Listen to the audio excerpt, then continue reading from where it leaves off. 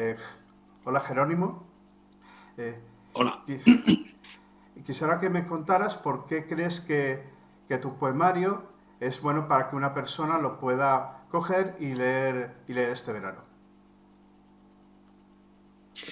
Pues es una pregunta muy difícil de responder. Yo no sé por qué alguien tendría que leer un poema, ni siquiera, y menos un poemario entero mío, porque yo no soy un poeta, ni siquiera soy un escritor. Yo soy un músico.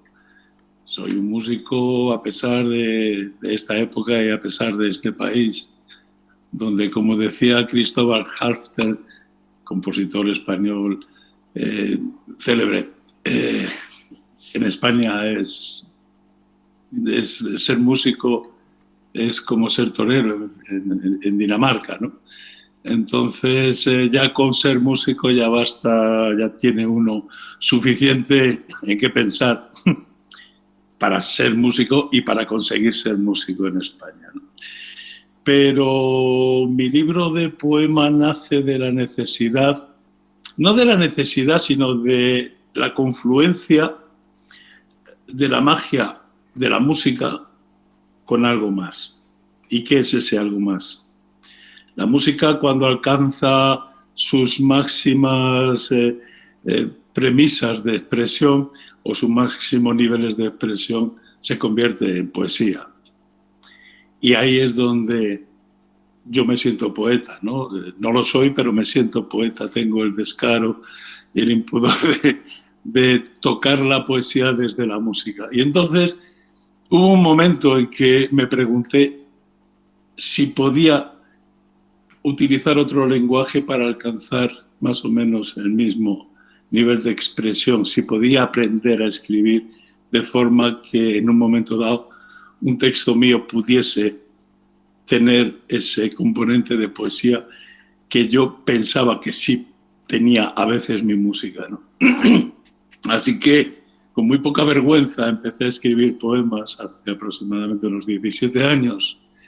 Y bueno, digamos que he ido cogiendo un poquito de oficio, un poquito de saber de qué va el asunto y he conseguido convencer a unas personas que debe ser muy fácil convencer, de convencer para que hayan publicado un libro mío de poesía.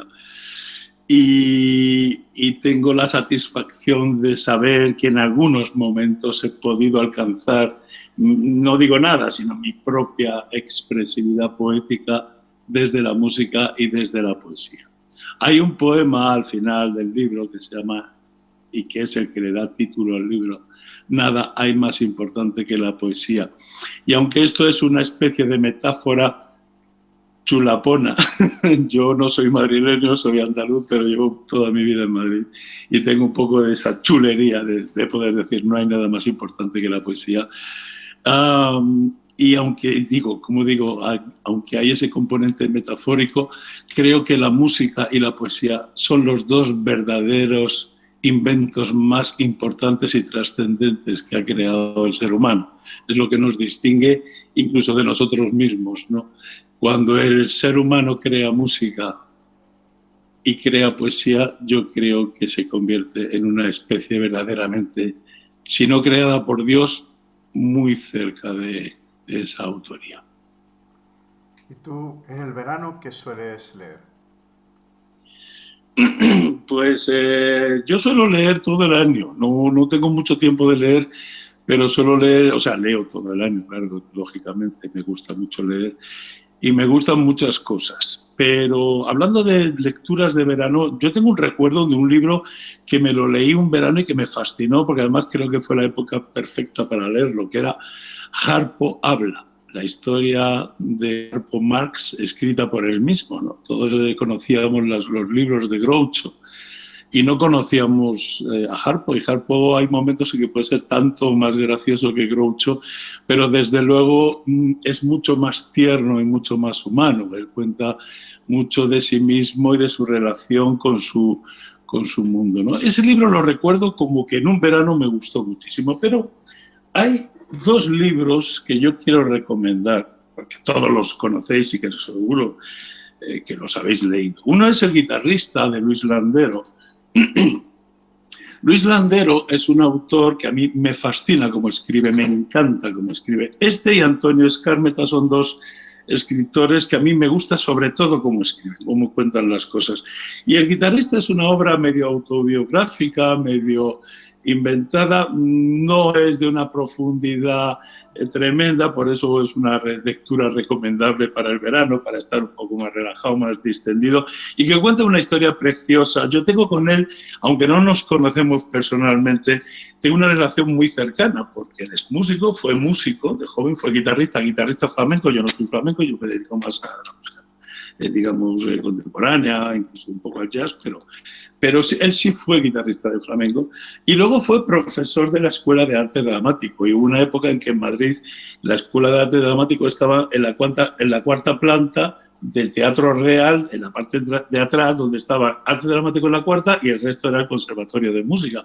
Entonces muchos de mis amigos de estudiante eran realmente actores de arte dramático, que ahora algunos de ellos son famosos y tal, y que yo compartí con ellos la época maravillosa en la que éramos estudiantes. Entonces yo con Luis, con este autor, tengo como una cercanía un poco personal, pero me encanta cómo escribe.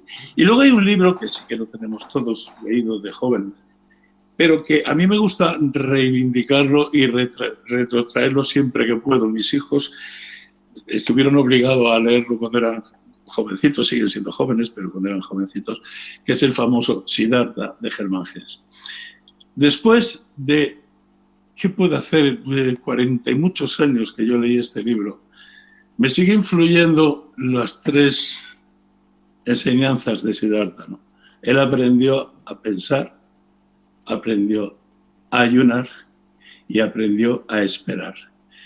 Y juro por Dios que esas tres premisas siguen actuando en mi vida como tres bases fundamentales en las que yo baso, o sea, tres herramientas fundamentales que yo utilizo cada día para seguir aprendiendo a vivir.